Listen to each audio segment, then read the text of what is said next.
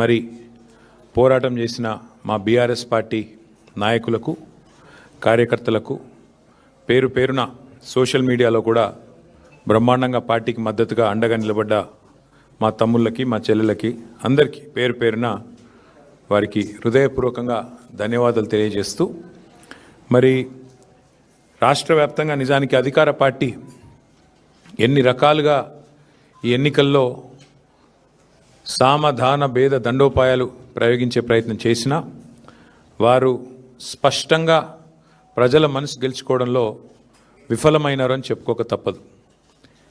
మరి సాధారణంగా ఎన్నికలు మీరు ముఖ్యంగా పంచాయతీ ఎన్నికలు కానీ మున్సిపల్ ఎన్నికలు కానీ చూస్తే అధికారంలో ఉన్న పార్టీకి ముఖ్యంగా ఇంకో 2-3 ఏళ్ళు ఉండే అవకాశం ఉన్నప్పుడు, అధికారంలో కొనసాగే అవకాశం ఉన్నప్పుడు మరి ఇది అధికార మార్పిడి కోసం జరిగేది కాదు కదా అనే ఆలోచన ఈ మధ్యన దేశవ్యాప్తంగా ప్రజల్లో కనబడుతూ ఉన్నది.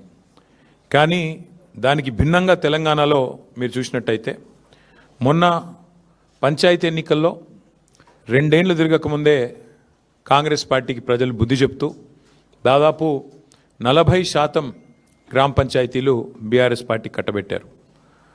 పోనీ ముఖ్యమంత్రి గారి లెక్క ప్రకారం తీసుకున్నా, ఆయన బయటికి వచ్చి కూర్చొని ప్రెస్ల మీద చెప్పిన లెక్క ప్రకారం చూసుకున్నా, ఆయన సహజంగానే మా తక్కువ చేసి చెప్తాడు కాబట్టి 32% అక్కడ ముఖ్యమంత్రి గారి లెక్క ప్రకారం కూడా మాకు సర్పంచ్లో ప్రజలు గెలిపించారు. 4000 పైచిలకు గ్రామాల్లో మా సర్పంచులు గెలిచారు. అట్లాగే ఈరోజు మున్సిపల్ ఫలితాలు చూస్తే కూడా డెఫినెట్గా గతంలో ఎవరెవరైతే ఏదేదో మాట్లాడినారో వారందరూ నోళ్ళు మూతలు పడే విధంగా ఇవాళ మరి మెరుగైన ఫలితాలే సాధించాము. ఓవరాల్గా చూసుకున్నట్టయితే నాకున్న ఇన్ఫర్మేషన్ మేరకు 2580 చిల్లర వార్డులలో పోటీ అయింది. మొత్తం 117 మున్సిపాలిటీలు, కార్పొరేషన్ కలిపి 2580+ వార్డ్స్లో మరి ఎన్నిక జరిగితే బీఆర్ఎస్ నాకున్న ఈ నిమిషానికి ఉన్న రిపోర్ట్ ప్రకారం దాదాపు 730 దాకా మాకు ఇప్పటికే ఫలితాలు వచ్చినాయి. ఇంకొక 10-15 పెరిగితే పెరగవచ్చు. ఓవరాల్గా 740-750 దాకా వస్తాయి వార్డులు అనేది మా అంచనా. అంటే దాదాపుగా మీరు చూసుకున్నట్టయితే ఒక 30% పైగానే ఇక్కడ కూడా ఫలితాలు వచ్చినాయి. దానికంటే కూడా ముఖ్యంగా చాలా వీరోచితమైన పోరాటం. నిజంగా చెప్పాలంటే కొన్ని చోట్ల ఇవాళ అధికార పార్టీ తట్టుకోలేక ఇవాళ గద్వాలలో ఒక వార్డులో 4 సార్లు రీకౌంటింగ్ చేయించారు. అంటే కాంగ్రెస్ గెలిచేదాకా రీకౌంటింగ్ చేసి ఆఖరికి ఒక ఓటుతో గెలిచిందని చెప్పి అధికారులను అడ్డం పెట్టుకొని గద్వాలలో ఒక వార్డు నెగ్గే ప్రయత్నం చేసినారు. వర్ధనపేటలో ఈ నిమిషానికి మనం ఇక్కడ మాట్లాడుతున్నాం, అక్కడ ధర్నా నడుస్తుంది. మా కౌన్సిలర్లను ఎత్తుకొని పోయి గెలిచిన కాడ రీకౌంటింగ్ 4 సార్లు చేసి అక్కడ కూడా ఇదే ప్రయత్నం. చౌటుప్పల్లో ఇదే రకమైన ప్రయత్నం. అంటే అధికారులను, అధికార యంత్రాంగాన్ని, అధికార బలాన్ని అడ్డం పెట్టుకొని గెలిచినమా అంటే గెలిచినాం అనిపించుకోవడానికి సాంకేతికంగా నానా తంటాలు కాంగ్రెస్ పార్టీ పడతా ఉన్నది. అయినప్పటికీ నాకున్న ఇన్ఫర్మేషన్ ప్రకారం మొత్తం 117 మొత్తం పట్టణాల్లో జరిగిన ఈ ఎన్నికల్లో మాకు ప్రత్యక్షంగా డైరెక్ట్గా అంటే ఎవరి అవసరం లేకుండా నేరుగా దాదాపు 15-16 నేరుగా గెలుస్తున్నాము. పరోక్షంగా, ఎందుకంటే అక్కడ మేము సింగిల్ లార్జెస్ట్ పార్టీగా ఉన్నాం, అక్కడ కూడా ఇంకో దాదాపు 10-15 చోట్ల అవకాశాలు ఉన్నట్టుగా నాకు సమాచారం ఉంది. చూద్దాం మరి ఇప్పుడు అల్టిమేట్గా 16 తారీఖు నాడు అన్ని విషయాలు తెలుస్తాయి. అయితే ఇక్కడ ఒక్క విషయం మాత్రం చెప్పాలి. నిన్ననే మా శ్రీనివాస్ యాదవ్ గారు నిన్ననే చెప్పారు, 2020లో ఆనాడు మున్సిపల్ ఎన్నికలు జరిగితే మొత్తం 130 మేయర్లకు, చైర్పర్సన్లకు ఆ రోజు మున్సిపల్ ఎన్నికలు జరిగినాయి. టీఆర్ఎస్ పార్టీ ఆ రోజు డైరెక్ట్గా 122 టీఆర్ఎస్ గెలిస్తే మున్సిపాలిటీలు, అదేవిధంగా కార్పొరేషన్లు, కాంగ్రెస్ 4 గెలిచింది, బీజేపీ 2 గెలిచింది, ఎంఐఎం 2 గెలిచింది. ఇది ఆ రోజు లెక్క 2020. మరి ఈరోజు ఇప్పుడే నేను మేము ముందు పెడుతున్న లెక్క చూస్తే ప్రత్యక్షంగా డైరెక్ట్గా మేము ఇప్పుడు 15 పైన గెలవబోతా ఉన్నాము. దాంతోపాటు పరోక్షంగా అంటే మేము సింగిల్ లార్జెస్ట్ పార్టీగా ఉన్న కాడ మరి దాదాపు మరో 10-15 చోట్ల మాకు చాయిస్ ఉంది, అవకాశం ఉంది. కాబట్టి ఓవరాల్గా చూసుకుంటే 117లో డెఫినెట్గా మంచి ఫలితాలు వచ్చినట్టుగానే మేము భావిస్తూ ఉన్నాం. అయితే సరే, ఇక డబ్బు, మద్యము, అధికార యంత్రాంగ దుర్వినియోగము ఇవన్నీ కూడా తారాస్థాయికి చేరినాయి.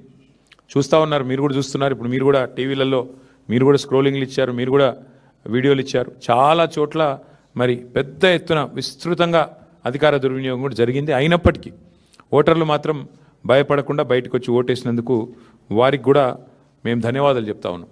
సరే, అక్రమాల ద్వారా ఇక మొదలుపెట్టినారు ఆల్రెడీ. బేరాలు, బేరసారాలు, ఎత్తుకుపోవడాలు, పోలీసులను పంపించి బెదిరించడాలు ఇవన్నీ మొదలైనవి ఆల్రెడీ రాష్ట్ర వ్యాప్తంగా. ఎట్లా గెలిచిన దాన్ని, మా దగ్గర గెలిచిన దాన్ని కూడా లాక్కునే ప్రయత్నం కూడా చేస్తూ ఉన్నారు. అయినా కూడా పర్వాలేదు, కొట్లాడతాం.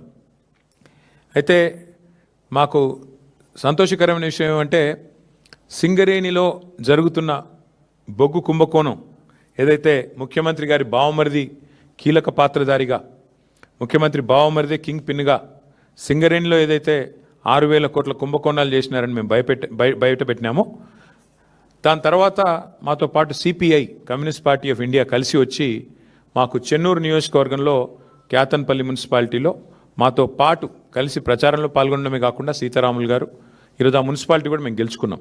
అంటే సింగరేణి ప్రాంతంలో, సింగరేణిలో జరుగుతున్న దోపిడీ ఏదైతే ఉన్నదో, ఈ దోపిడీలో ముఖ్యంగా కాంగ్రెస్, బీజేపీ కలిసి పనిచేస్తూ ఉన్నాయి కాబట్టి వారిని నిరోధించడానికి సిపిఐ కలిసి వస్తే వారిని కూడా కలుపుకున్నాం.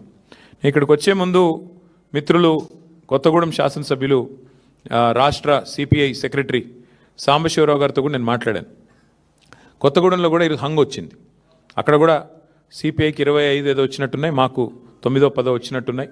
కాబట్టి నేను వారికైతే ఓపెన్ ఆఫర్ ఇచ్చినాను.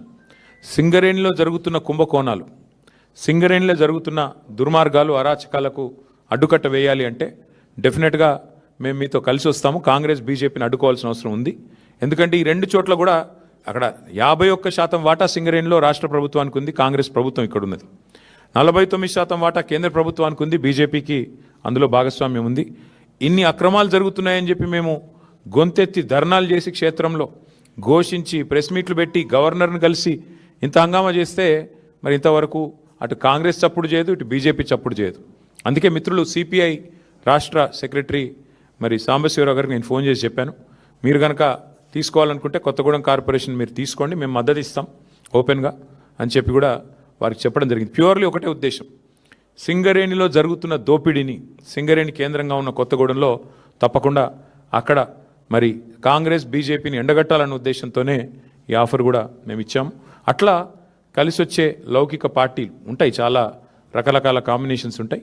ఇవన్నీ కూడా చూసిన తర్వాత మేమైతే డెఫినెట్గా గట్టిగా పోరాడినాము. గట్టిగా క్షేత్రస్థాయిలో మా నాయకులు, మా కార్యకర్తలు కూడా బలంగా కొట్లాడారు. మంచి భవిష్యత్తు ఉంది అనడానికి. అట్లాగే ఈరోజు మరి ప్రధాన ప్రత్యామ్నాయం, ప్రధాన ప్రతిపక్షమే ఈ రాష్ట్రంలో. కాంగ్రెస్తో పోరాడగలిగిన శక్తి, కాంగ్రెస్ను గద్దెదించే శక్తి, బీజేపీని నిరోధించే శక్తి ఖచ్చితంగా బీఆర్ఎస్కు మాత్రమే ఉంది అని మొన్న పల్లెల్లో జరిగిన ఎన్నికలు, ఇవాళ పట్టణంలో జరిగిన ఎన్నికలు తేల్చి చెప్పాయి. పల్లెల్లో 4,000 పైచిలకు సర్పంచులు గెలిపించారు ప్రజలు. మరి అట్లాగే పట్టణంలో కూడా ఈరోజు చూస్తే దాదాపు 730-740 వార్డులు గెలిచి అక్కడ ఇక్కడ రెండు చోట్ల కూడా ప్రధాన ప్రతిపక్షం కేవలం బీఆర్ఎస్ మాత్రమే, పోరాడే సత్తా ఉన్న పార్టీ బీఆర్ఎస్ మాత్రమే. రెండు పార్టీలు, ఒకటి ఢిల్లీలో అధికారంలో ఉంది, ఇంకోటి రెండోది రాష్ట్రంలో అధికారంలో ఉంది. కానీ ఈ రెండు పార్టీలు ఉన్నప్పటికీ, ఎన్ని రకాల కుయుక్తులు పనినప్పటికీ బీఆర్ఎస్ఏ, కేసీఆర్ గారి నాయకత్వమే ఈ రాష్ట్రానికి శ్రీరామ రక్ష అని చెప్పి మళ్ళీ ఒకసారి అటు పల్లెల్లో ఇటు పట్టణంలో ప్రజలు తేల్చినట్టయింది. మరి ఇదే ఉత్సాహంతో రేపు హైదరాబాద్ కార్పొరేషన్ కానీ, మిగతా కార్పొరేషన్ వరంగల్, ఖమ్మం కానీ, అట్లాగే జిల్లా పరిషత్ ఎన్నికలు పెడితే వాటిలో కానీ ఇదే ఉత్సాహంతో ముందుకు పోతాం. డెఫినెట్గా ఎక్కడెక్కడైతే ఈ దుర్మార్గాలు, అరాచకాలు జరిగినాయో వీటిని వదిలిపెట్టం. అవసరమైతే వాటి మీద న్యాయ పోరాటం చేయడం, వాటి మీద ఇంకా ఎట్లాంటి వ్యూహాలు అవలంబించాలో అవన్నీ కూడా పార్టీలో చర్చించి నిర్ణయం తీసుకుంటాం. కానీ మళ్ళొకసారి మా కార్యకర్తలకి, నాయకులకి, మాకు సపోర్ట్ చేసిన ప్రజలకి, మాకు ఓటేసిన ప్రజలకి చాలా స్వల్పమైన తేడాతో ఓడిపోయాం. కొన్ని చోట్ల 1 ఓటుతో, అర ఓటుతో ఇట్లా రకరకాలుగా జరిగినాయి. అక్కడ కూడా ఓడిపోయిన వాళ్ళు కూడా ఎవరు నిరాశ పడవద్దని, బేజారు కావద్దని చెప్పి కూడా వారికి కూడా విజ్ఞప్తి చేస్తూ మీకు కూడా మళ్ళొకసారి ధన్యవాదాలు.